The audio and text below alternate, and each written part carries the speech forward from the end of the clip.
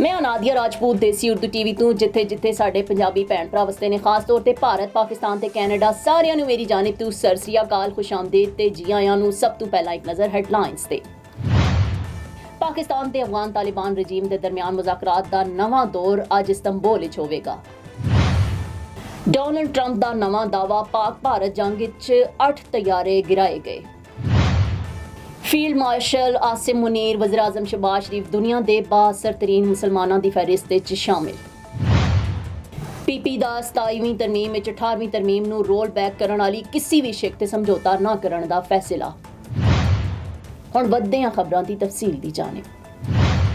ਪਾਕਿਸਤਾਨ ਤੇ ਅਫਗਾਨ ਤਾਲਿਬਾਨ ਰਜੀਮ ਦੇ ਦਰਮਿਆਨ ਮੁਜ਼ਾਕਰਾਤ ਦਾ ਨਵਾਂ ਦੌਰ ਅੱਜ ਇਸਤੰਬੁਲ ਵਿੱਚ ਹੋਵੇਗਾ, ਜਿਸ ਜੰਗਬੰਦੀ ਦੇ ਮੌਸਰ ਨਿਫਾਜ਼, ਸਰਹੱਦੀ ਤਹਫ਼ੁਜ਼ ਤੇ ਦੋ ਤਰਫਾ ਤਜਾਰਤ ਦੇ ਫਰੋਗ ਤੇ ਤਫਸੀਲੀ ਗੌਰ ਕੀਤਾ ਜਾਏਗਾ। ਪਾਕਿਸਤਾਨ ਤੇ ਅਫਗਾਨਿਸਤਾਨ ਤਾਲਿਬਾਨ ਰਜੀਮ ਦੇ ਦਰਮਿਆਨ ਮੁਜ਼ਾਕਰਾਤ ਦਾ ਨਵਾਂ ਦੌਰ ਅੱਜ ਤੁਰਕੀਆ ਦੇ ਸ਼ਹਿਰ ਇਸਤੰਬੁਲ ਵਿੱਚ ਹੋਵੇਗਾ। ਪਾਕਿਸਤਾਨੀ ਆਲਾ ਸਿਫਾਰਤੀ ਵਫਦ ਇਸਤੰਬੁਲ ਪਹੁੰਚ ਚੁੱਕਾ ਹੈ ਤੇ ਜਿੱਥੇ ਮੁਜ਼ਾਕਰਾਤ ਵਿੱਚ ਤੁਰਕੀਆ ਬਤੌਰ ਸਾਲਿਸ ਕਿਰਦਾਰ ਅਦਾ ਕਰ ਰਿਹਾ ਹੈ ਤੇ ਮੁਜ਼ਾਕਰਾਤ ਵਿੱਚ ਜੰਗਬੰਦੀ ਦੇ ਮੌਸਰ ਨਿਫਾਜ਼, ਸਰਹੱਦੀ ਤਹਫ਼ੁਜ਼ ਤੇ ਦੋ ਤਰਫਾ ਤਜਾਰਤ ਦੇ ਫਰੋਗ ਤੇ ਤਫਸੀਲੀ ਗੌਰ ਕੀਤਾ ਜਾਏਗਾ। ਪਾਕਿਸਤਾਨੀ ਵਫਦ ਆਲਾ ਸਤਹੀ ਸਫਾਰਤਕਾਰਾਂ ਤੇ ਮੁਸ਼ਤਮਿਲ ਹੈ, ਜਿਹੜਾ ਅਫਗਾਨ ਤਾਲਿਬਾਨ ਹੁਕਾਮ ਦੇ ਨਾਲ ਬਰਾਏ ਰਾਸਤ ਗੱਲਬਾਤ ਕਰਨਗੇ।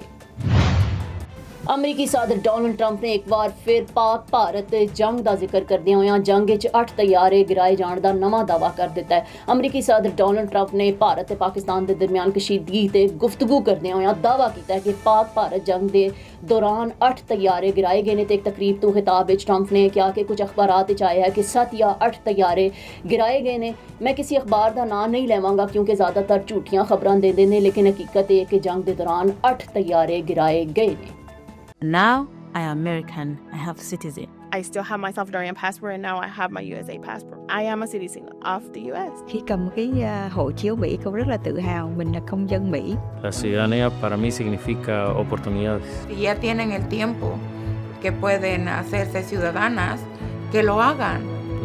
No pierde nada uno con intentarlo. Como dicen en México, echándole ganas, todo se puede. ਉਰਦਨ ਦੇ royal institute of strategic studies ਨੇ 562 ਮੁਸਲਮਾਨਾਂ ਦੀ ਫਹਿਰਿਸਤ ਜਾਰੀ ਕਰ ਦਿੱਤੀ ਹੈ। ਫਹਿਰਿਸਤ ਦੇ ਮੁਤਾਬਿਕ ਕਤਰ ਦੇ ਅਮੀਰ ਸ਼ੇਖ ਤਮੀਮ ਬਿਨ ਹਮਦ ਅਲ ਸਾਨੀ ਮੁਸਲਿਮ ਦੁਨੀਆ ਦੀ ਬਾਅਸਰ ਤਰੀਨ ਸ਼ਖਸੀਅਤ ਨੇ ਤੇ ਮੁਫਤੀ ਤਕੀ ਉਸਮਾਨੀ ਨੂੰ ਮੁਸਲਿਮ ਦੁਨੀਆ ਦੀ ਦੂਜੀ ਬਾਅਸਰ ਤਰੀਨ ਸ਼ਖਸੀਅਤ ਕਰਾਰ ਦਿੱਤਾ ਗਿਆ। ਵਜ਼ੀਰ ਆਜ਼ਮ ਸ਼ਹਿਬਾਜ਼ ਸ਼ਰੀਫ ਤੇ ਫੀਲਡ ਮਾਰਸ਼ਲ ਆਸਿਮ ਮੁਨੀਰ ਵੀ ਇਸ ਫਹਿਰਿਸਤ ਵਿੱਚ ਸ਼ਾਮਿਲ। ਇਸ ਦੇ ਇਲਾਵਾ ਮਾਰੂਫ ਆਲਮੇ ਦੀਨ ਮੌਲਾਨਾ ਤਾਰਿਕ ਜਮੀਲ ਦਾ ਨਾਮ ਵੀ ਮੁਸਲਿਮ ਦੁਨੀਆ ਦੀ 50 ਬਾਅਸਰ ਤਰੀਨ ਸ਼ਖਸੀਅਤ ਸ਼ਾਮਿਲ। ਇਸ ਫਹਿਰਿਸਤ ਵਿੱਚ ਤੁਰਕ ਸਦਰ रजब तैयब उर्दवान, सऊदी वली अहद शहजादा मोहम्मद बिन सलमान, अमाराती सदर शेख मोहम्मद बिन जायद ते ईरान दे सुप्रीम लीडर आयतुल्ला खमीनी भी फहरिस्त विच शामिल ने।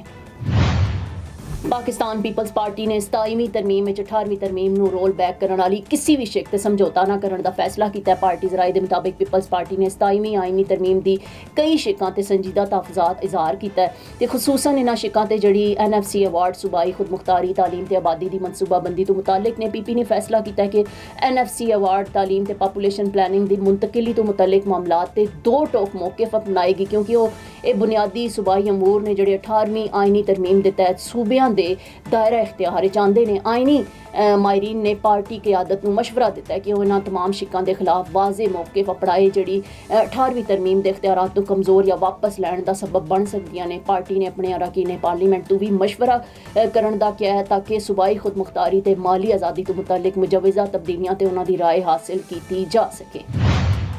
देसी उर्दू टीवी तो फिलहाल इतना ही। मजीद खबरों ते अपडेट्स ਲਈ ਵੇਖਦੇ ਰਹੋ देसी उर्दू टीवी, देसी टीवी USA, DTV NN ਤੇ ਸਾਡਾ OTT ਪਲੇਟਫਾਰਮ DTV Flix ਜਿੱਤੇ 3000 ਤੋਂ ਜ਼ਿਆਦਾ ਚੈਨਲਸ ਨੂੰ ਵੇਖਿਆ ਜਾ ਸਕਦਾ ਹੈ। Now I am American. I have citizen. I still have my Salvadorian passport and now I have my USA passport. I am a citizen of the US. Khi cầm cái hộ chiếu Mỹ, con rất là tự hào mình là công dân Mỹ. La ciudadanía para mí significa oportunidades. Si ya tienen el tiempo que pueden hacerse ciudadanas, que lo hagan. No pierde nada uno con intentarlo. Como dicen en México, echándole ganas, todo se puede. Neurological care is a pressing healthcare challenge in Pakistan. That's why Helping Hand USA is building Kind R, a world-class hospital with 130 plus clinics that is set to establish new standards for neurological care in Pakistan. As the first phase nears completion, anticipation is growing for the launch in the second half of 2025. Give zakat and sadaqah through Helping Hand USA today and join this historic endeavor to redefine future healthcare in Pakistan.